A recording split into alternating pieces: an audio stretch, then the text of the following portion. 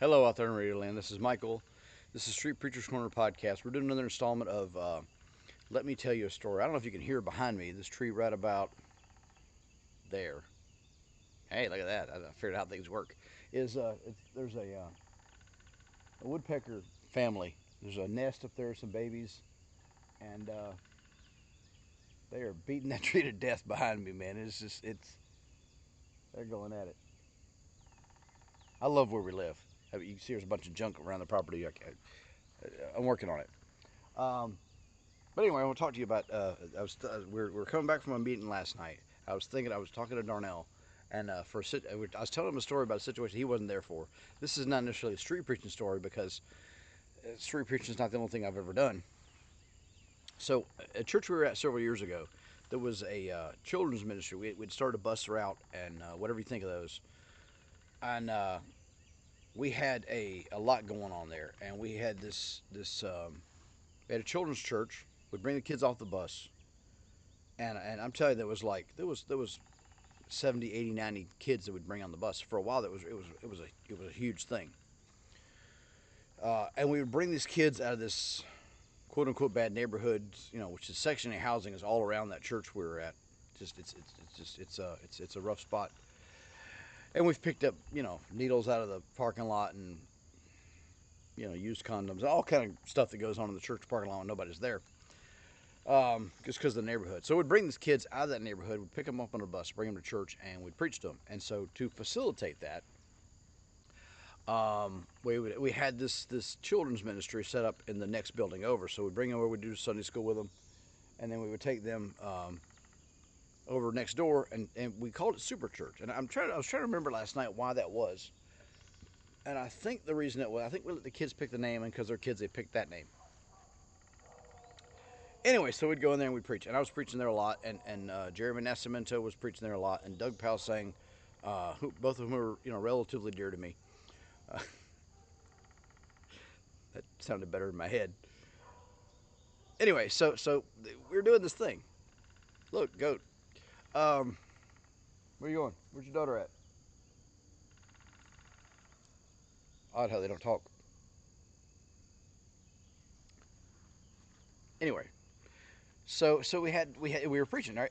So about that same time, we had a bunch of young men in the church that I'm talking teenage boys that all decided about the same time that they were called to preach. Whatever you think of that, I don't think it's a thing.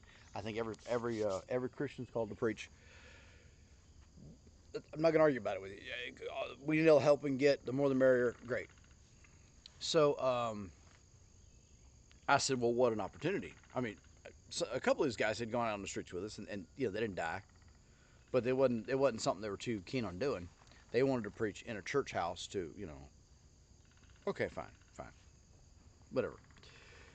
So we have this opportunity for you to preach, and we tried it a couple different ways. Now I am not like most people. I think if you've listened to this podcast for any length of time, you have come to the conclusion that this guy is not like the average Joe.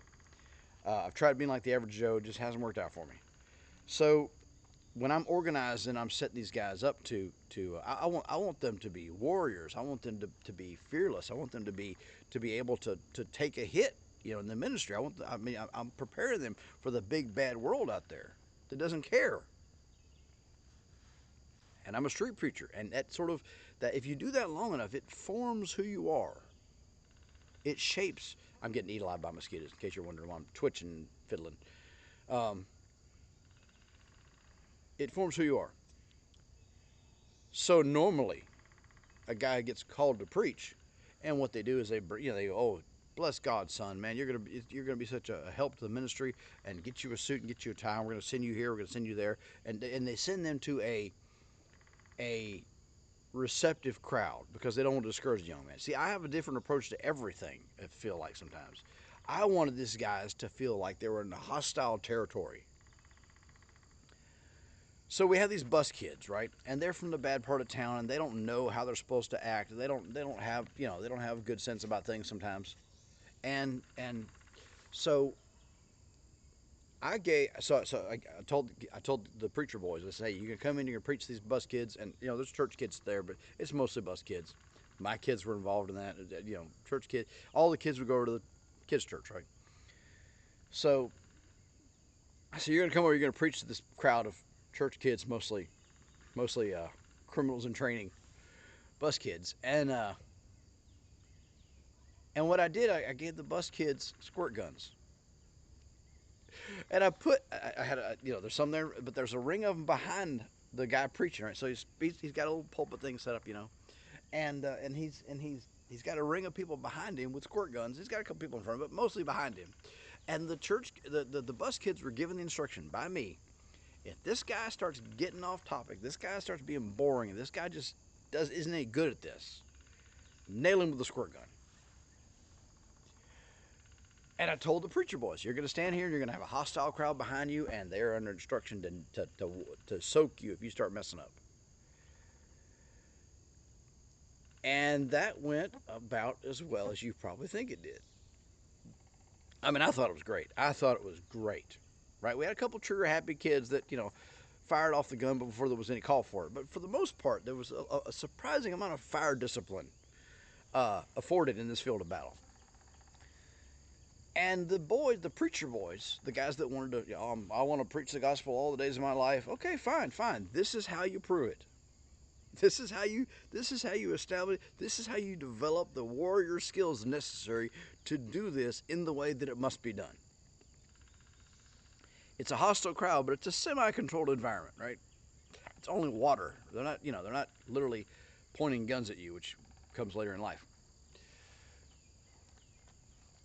And so this guy, they bombed out. These preacher boys, I love them to death, man, but they bombed out every time we put them up there. And we didn't always give them squirt guns. We only did that, I think, twice. At least once, maybe twice. We did other things. I was trying different things out to see what would work. But they bombed out. They weren't prepared. They said, I can't focus with the impending doom behind me. And I said, get over it. Because I preach every week with hostile people behind me. I said, you want to do the job, that's the way the job's got to be done. So what's the moral of this story? Well, the moral of the story is we had a saying in the military, in the Navy, that you train the way you fight. And I think taking my opinion, taking a young boy and giving him, propping him up, does not build a strong minister for Jesus Christ. I really don't think it does. I think it encourages him to take the easy way every time.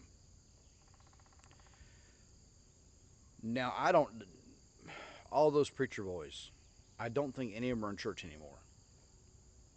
So much for that, right? The sun just came up over the trees and it's hitting me dead in the face, except for this one little piece of shadow that I'm trying to keep my face behind this piece of this cross beam here so I don't go blind looking at the sun. But all those guys, none of those guys are out of church. So you can say, well, that didn't work out. Well, yeah, I mean, I guess they could have got out of church. I don't think the squirt guns got them out of church. I would be very interested to know what they years later, when they reflect back upon their life, and they think about that afternoon in the fellowship hall, surrounded by people with squirt guns, trying to preach. I hope they understand that I meant them well. I hope they understand that I was trying to teach them a valuable lesson, and I was trying to prepare them for the battle that has to come. We are warriors in the service of the great warrior king, Jesus Christ. And the ministry is not fried chicken dinners and pats on the back and, boy, son, you did a good job. The ministry is heartbreak and sorrow and fear. I mean, there's good times. I have a blast doing this. I have a blast preaching to people that won't be dead. Not wired right, maybe, but it's the way it goes. If you're mad, at least I know you're paying attention. And I'll take anger over apathy any day. But the moral of the story is that we train the way we fight. And when you're training young men for the ministry, you need to take that into account. That you're going to send them out into a world, and you got to send them out prepared. And so you do what you can, and leave the results up to God. Thank you for listening for 10 minutes here. This is Michael. This is Street Preachers Corner Podcast. And I will see you on the other side.